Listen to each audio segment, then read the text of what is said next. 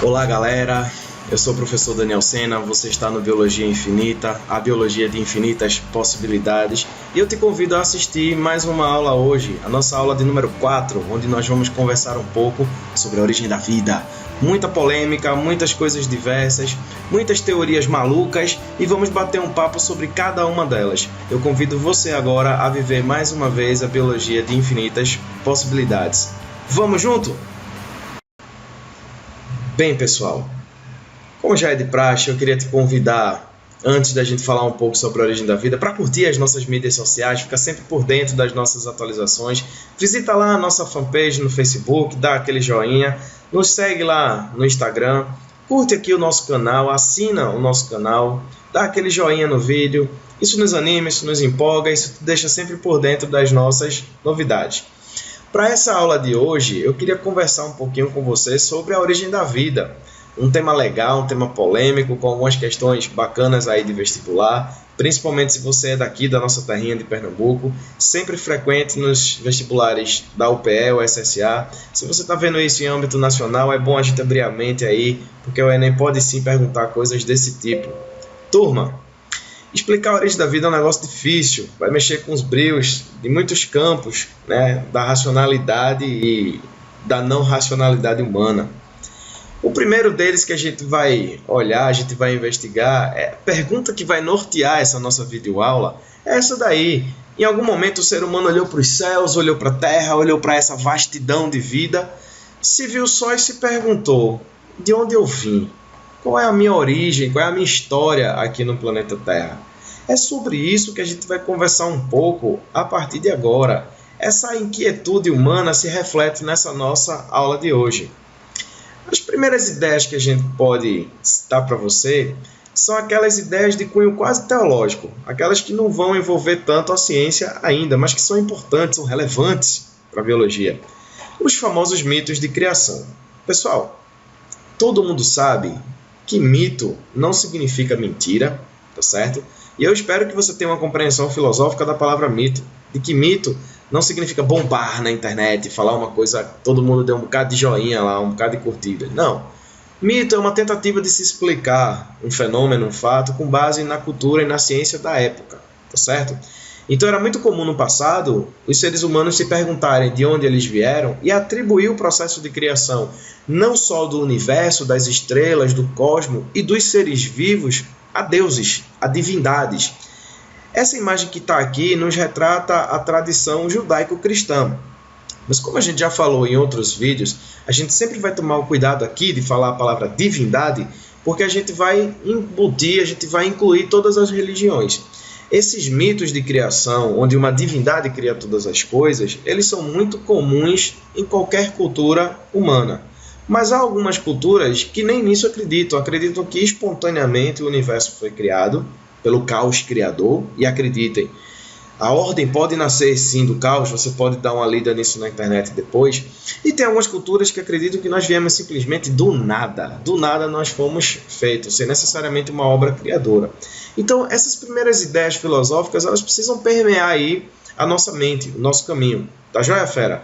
É muito importante você ter essa ideia de divindade criando todas as coisas, mas dificilmente isso vai ser resposta em prova de vestibular, porque são correntes filosófico-teológicas. Como a gente não pode montar experimentos que comprovam ou que derrubam esse tipo de teoria, ela é só um caminho a seguir, é só um caminho existente, tá certo? Um problema dessas teorias é que a grande maioria delas, inclusive a teoria judaico-cristã, ela vai mexer um pouquinho com a ideia de fixismo, a imutabilidade das espécies, aquela ideia de que as espécies não mudam, não sofreram mutações, tá certo? Elas seriam imutáveis em toda a sua existência, então nunca ocorreriam mudanças, tá certo? Na sua descendência. Um dos maiores defensores foi sim o naturalista francês Georges Cuvier.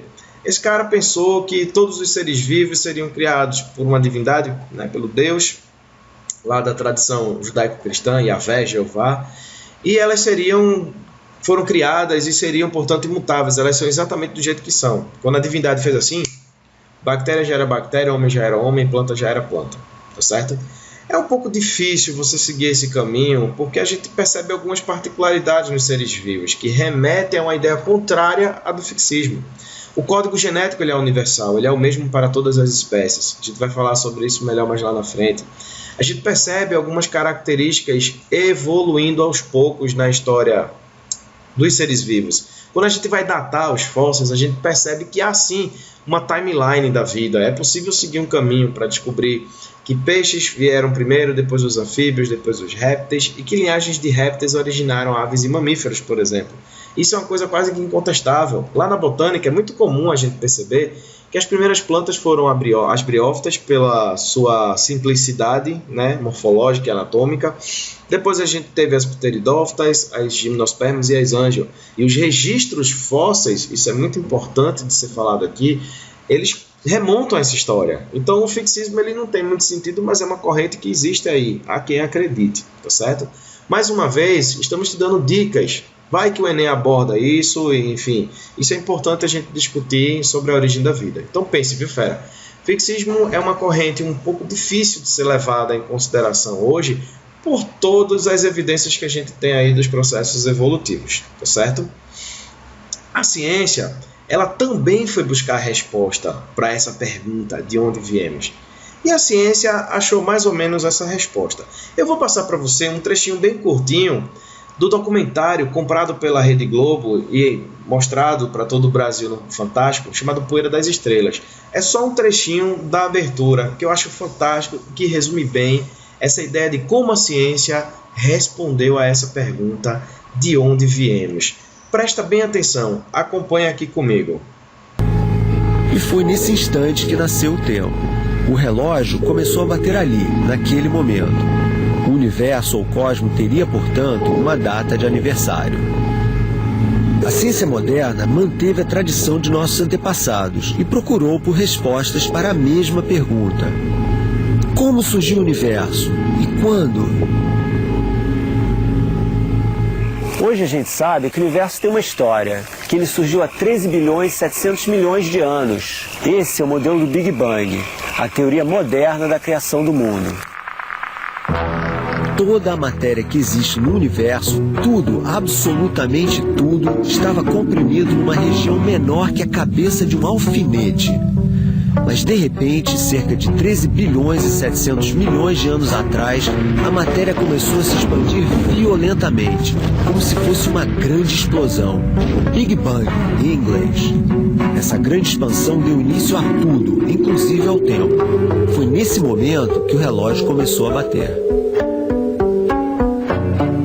Tudo o que existe no universo, os planetas, a Lua, as estrelas, mesmo nós, seres humanos, somos feitos da matéria liberada nesse Big Bang. É por isso que o astrônomo americano Carl Sagan disse certa vez que somos todos poeira das estrelas.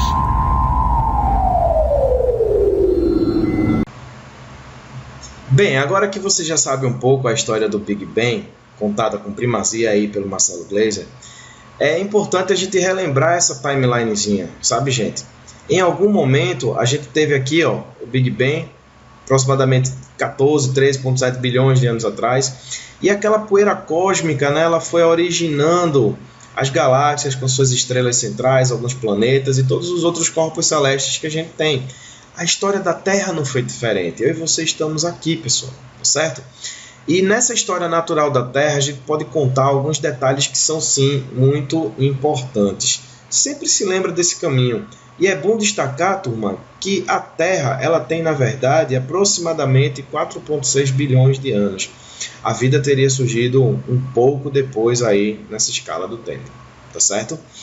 A gente vai emergir agora naquelas coisas que são mais a carinha de provas de vestibular, que são importantes, que são as teorias clássicas, a origem da vida, tá certo?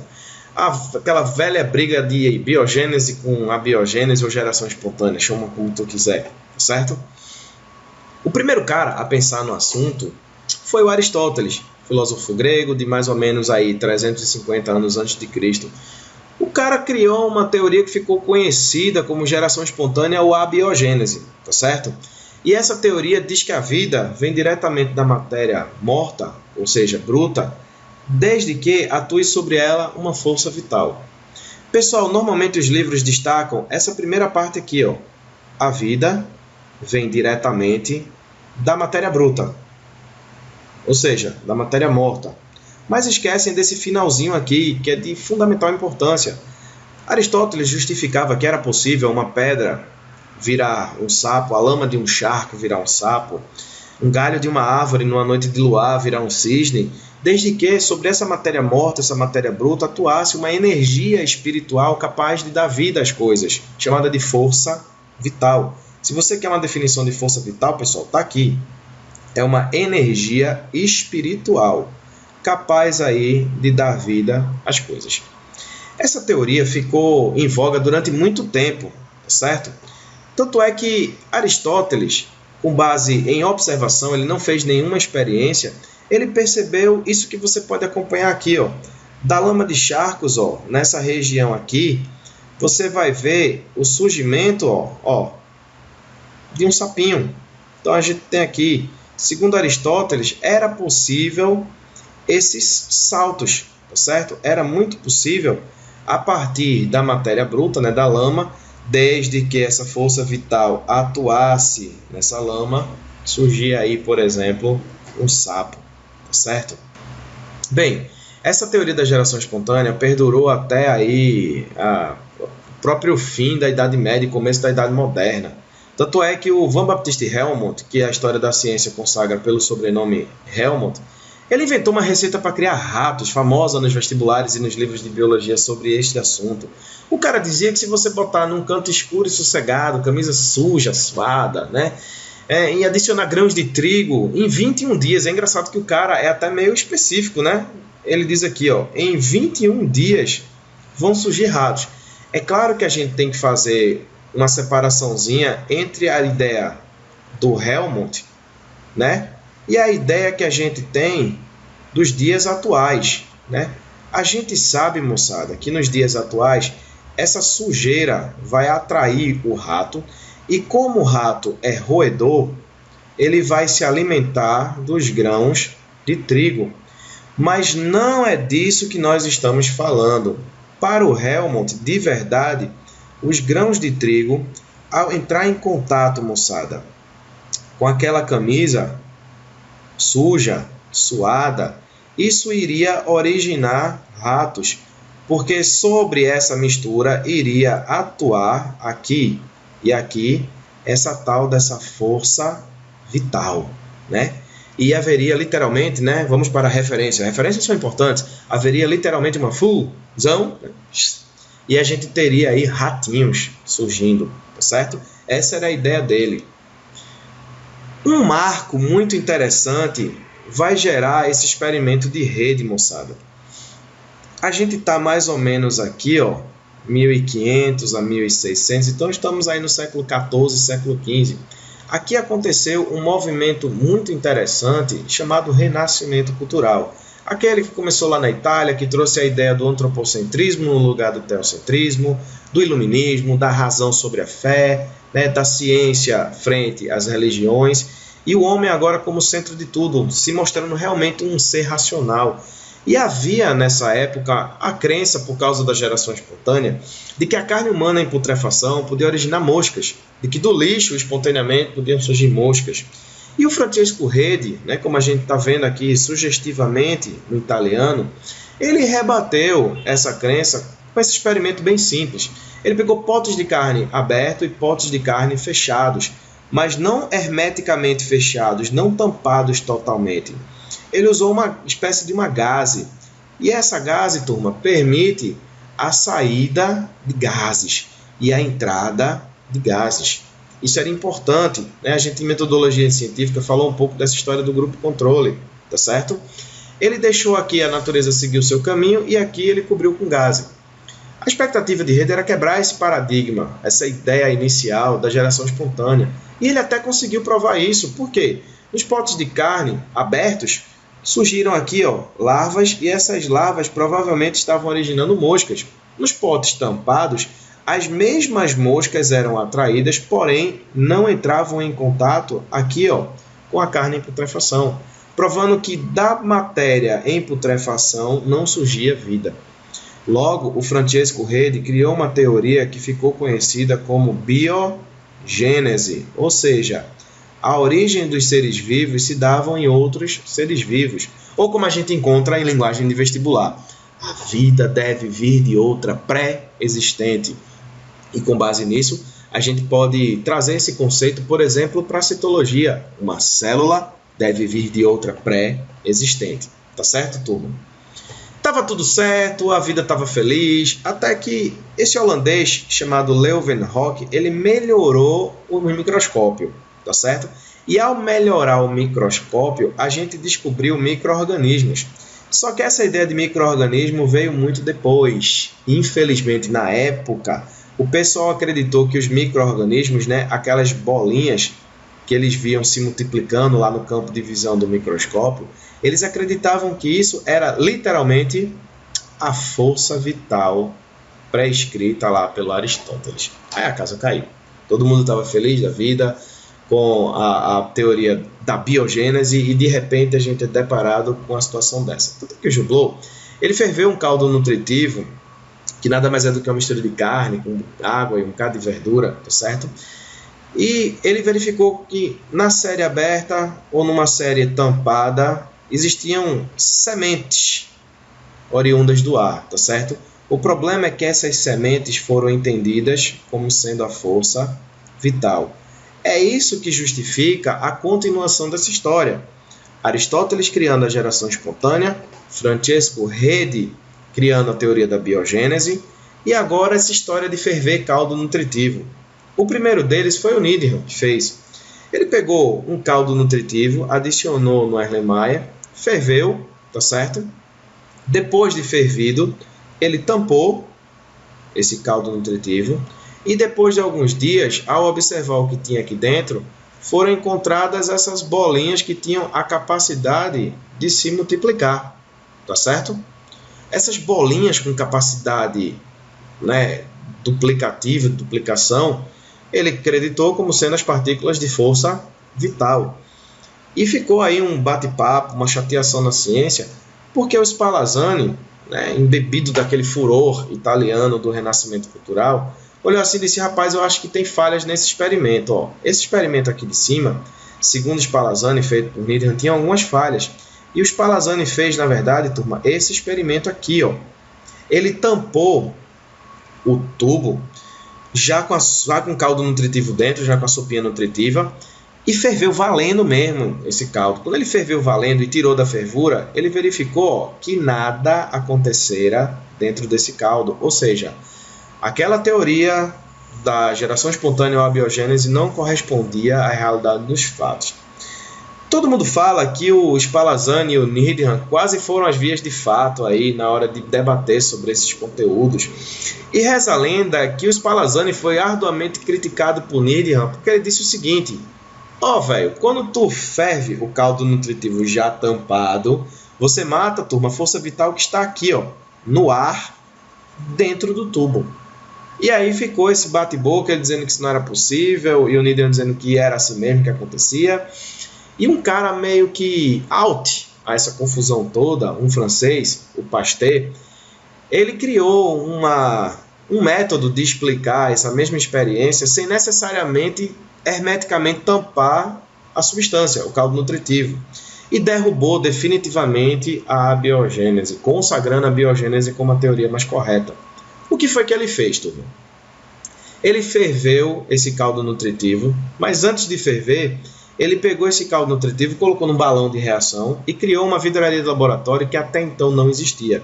Ao adicionar fogo no gargalo, ele consegue malear esse fogo.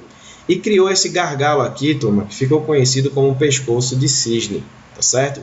E aí ferveu.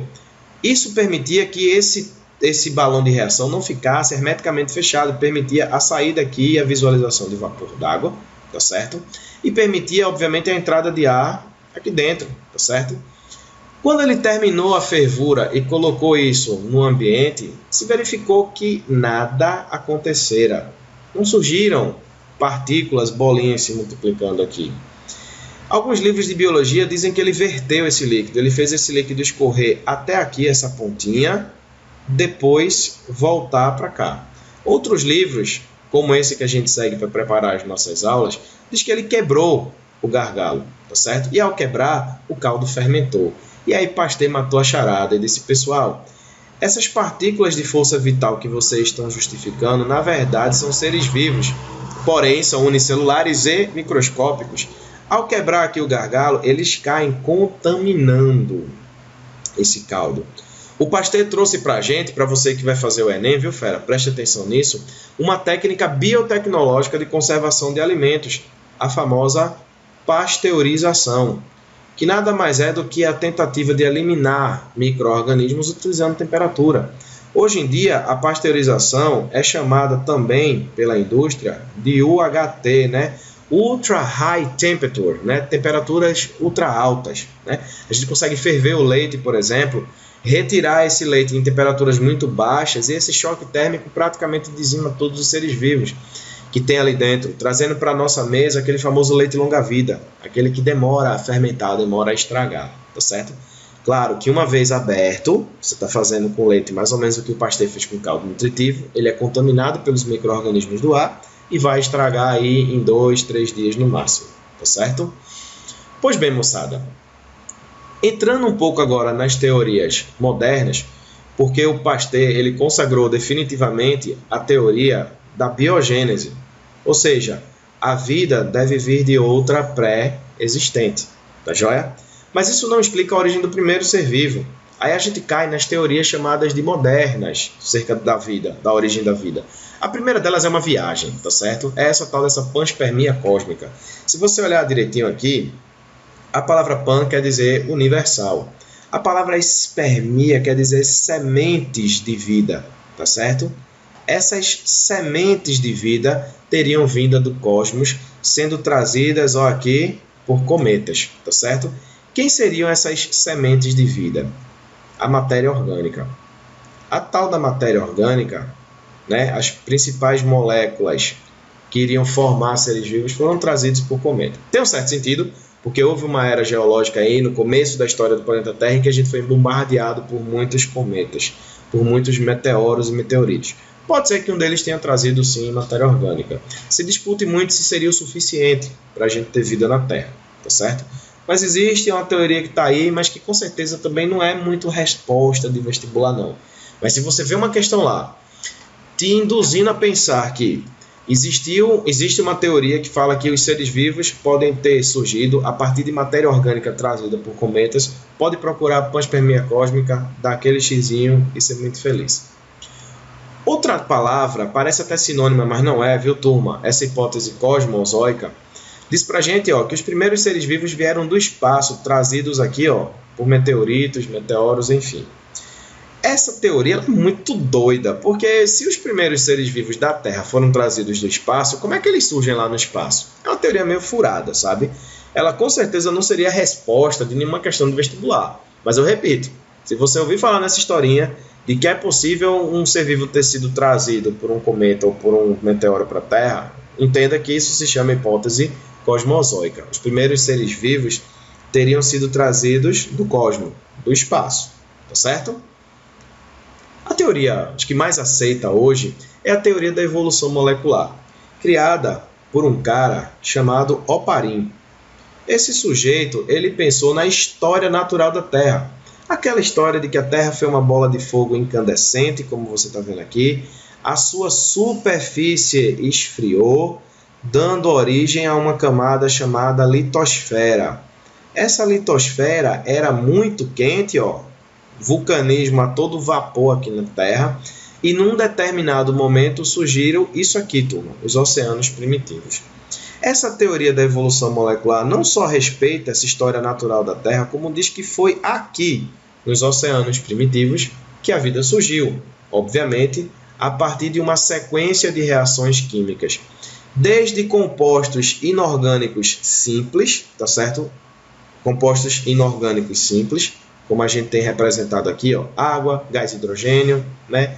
Amônia e gás metano, através daquelas tempestades que a gente sabe que a Terra passou. A gente sabe que na Terra não existia gás oxigênio, muito menos o ozônio, que protegeria a nossa Terra. Então a gente tinha descargas elétricas, a gente tinha radiação ultravioleta. Isso teria favorecido o surgimento de moléculas orgânicas simples. Essas moléculas orgânicas simples continuaram sofrendo essas reações químicas graças a essas características da Terra primitiva e viraram, por exemplo, turma, moléculas orgânicas complexas. E essas moléculas orgânicas complexas deram origem a uma estrutura chamada de coacervato, ou coacervado, tanto faz, certo? Seriam bolinhas de proteína que começaram a guardar a matéria orgânica dentro. Num determinado momento, esse coacervado ganhou uma membrana plasmática, uma barreira seletiva de troca e um ácido nucleico. Conseguiu com isso a capacidade de se autoduplicar e conseguiu a capacidade de controlar as suas reações químicas internas, ou seja, o metabolismo. Nesse momento nasciam aí as primeiras células, os primeiros seres vivos. Essa teoria precisa de algum tipo de comprovação, pelo menos de evidência. Quem trouxe as evidências, se necessariamente está muito correto, foi o Miller, esse distinto cavalheiro aí. Esse cara criou essa maquininha, representações dela a gente tem aos montes na internet, aos montes nos livros de biologia, tá certo? Onde ele tentou reproduzir as características da Terra primitiva. A única crítica que a gente faz é que ao tentar recriar as características da Terra primitiva, ele injetou gases aqui que não correspondem necessariamente aos gases que a gente tinha na Terra primitiva. Para Miller, esses gases eram o gás metano, a amônia, tá certo? Vapor de água, tá certo? E o gás hidrogênio. Ele ferveu a água nessa região, tá certo? Injetou aqui esses compostos na sua forma gasosa, tá certo? E fez aqui, através de eletrodos, o disparar de raios, tá certo? Choque elétrico. E percebeu que aqui dentro era possível a gente ter matéria orgânica a partir de matéria inorgânica. Há quem diga que o experimento de Miller foi um fiasco científico. Eu não vejo dessa forma, não. Eu vejo como um experimento que não foi 100% elucidativo, mas apontou caminhos, mostrou mais ou menos a origem pré-biótica de compostos orgânicos, de que era possível, tá certo, você chegar em organismos vivos a partir de evolução química, sim. Essa máquina de Miller, diz a história da ciência, que ficou ligada há mais ou menos uma semana. E quando você for pensar na origem da vida, contada dessa maneira, se lembre que isso aqui demorou, turma, bilhões de anos para acontecer, tá certo? Se lembre que você tinha descargas elétricas de altíssima voltagem e amperagem. Se lembre que você tinha radiação ultravioleta. Você tinha muito calor no planeta Terra. As condições criadas no experimento de Miller não vão ser totalmente fidedignas à da Terra primitiva, mas apontam caminhos. Há evidências mais modernas dizendo que a Terra primitiva tinha na sua atmosfera dióxido de carbono ou gás carbônico, o monóxido de carbono, né? Vapor de água, tá certo?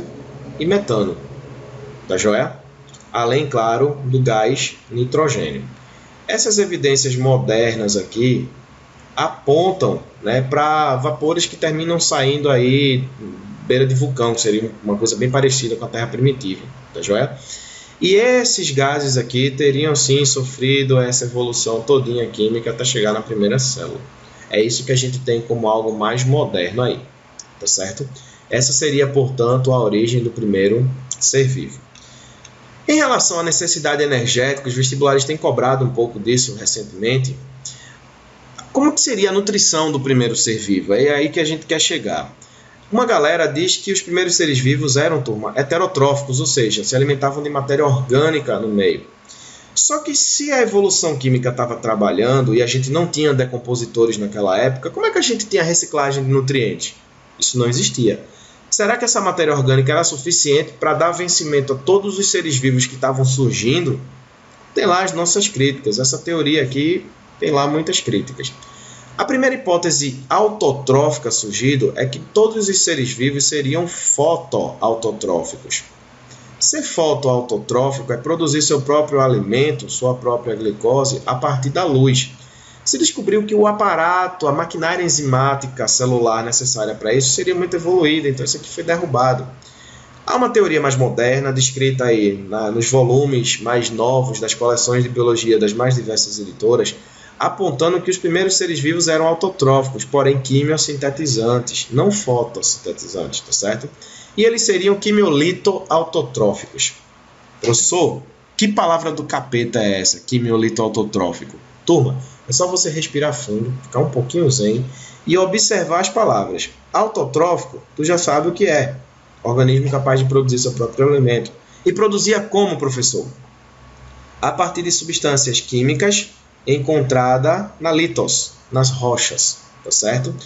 Como, por exemplo, a junção dióxido férrico número 2, tá certo? Ó, tá certo? Que se juntava aí com H2S, ácido sulfídrico, tá certo? E originava aí, ó, o ferro, tá certo? O sulfeto de ferro e água. Isso daqui liberava uma energia, a equação não está balanceada, tá, turma? E essa energia, que é o principal para a gente aqui na biologia, seria a energia necessária para juntar gás carbônico e água para a produção de glicose, tá certo? A gente chegaria no próprio alimento.